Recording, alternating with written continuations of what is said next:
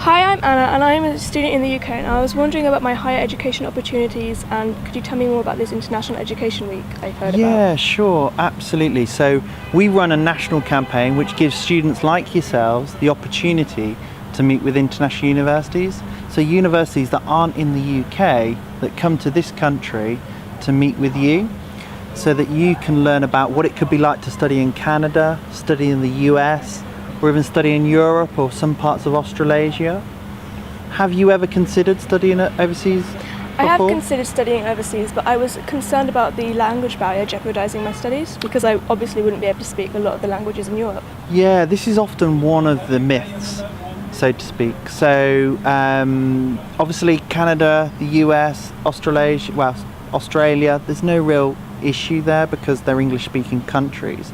Most of Europe, what you'll find with those international universities teach in English, which means you don't have to worry about knowing the domestic language.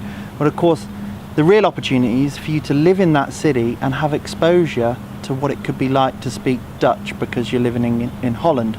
But what's really interesting about a place like Holland is 95% of the population speak English. So you'll hear more English than you would Dutch. But of course, if you make international friends, you have a real opportunity to learn a new language. Why would it be better to study abroad rather than staying at home in my hometown, Birmingham? Well, that's a really good question, one that I'm asked all of the time.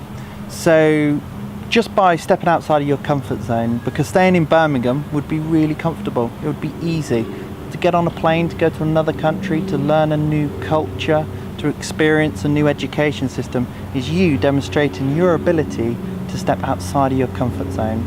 So there's that, but also, and perhaps more importantly, your career and how you develop your career stems from experiences. Studying abroad will provide you with that experience that you perhaps wouldn't necessarily get here in Birmingham. And long term, an employer would look at your CV in a favourable light because you've demonstrated the capacity to go outside of your comfort zone, get international experiences. Businesses are now global, so if you've got intercultural experience, a bit of a tongue-tied word, but if you've got those competencies on your CV, you look really good on paper. But would you not say that if I decided to set up a business in England, that it would be better to have a broader understanding of English culture rather than cultures somewhere I might never go again? Well, that's a really good question because no business is confined to its own country. So lots of businesses, regardless of their size, I'm a business owner of one, and the majority of my business comes from overseas. So you may set up a business long term, but think, right, what's it like to talk to people in Europe, and what do I need to know about cultural kind of nuances about that country, and how can I talk to somebody from another culture? So you wouldn't take an Italian person to lunch at Greggs. You'd go and take them to a nice restaurant because they want nice food. Yeah? Yeah. Get me? Yeah. If I was to study abroad, wouldn't it be very expensive? So would I have to start saving? Would I have to sort of make redundancies in my living costs? That's a great question again. This is one of the biggest barriers to students going overseas. So often it can be cheaper to study overseas. The real cost of tuition can be cheaper. Sometimes it can be more expensive. And then of course there are the living costs. Quite often, in my research, it can be cheaper to live in some bigger cities than it is to live in perhaps London or Birmingham. So it's about finding that information out as you go through your journey to find the perfect place to study. But I always encourage students to ask, what is the value for money that I'm getting for my education?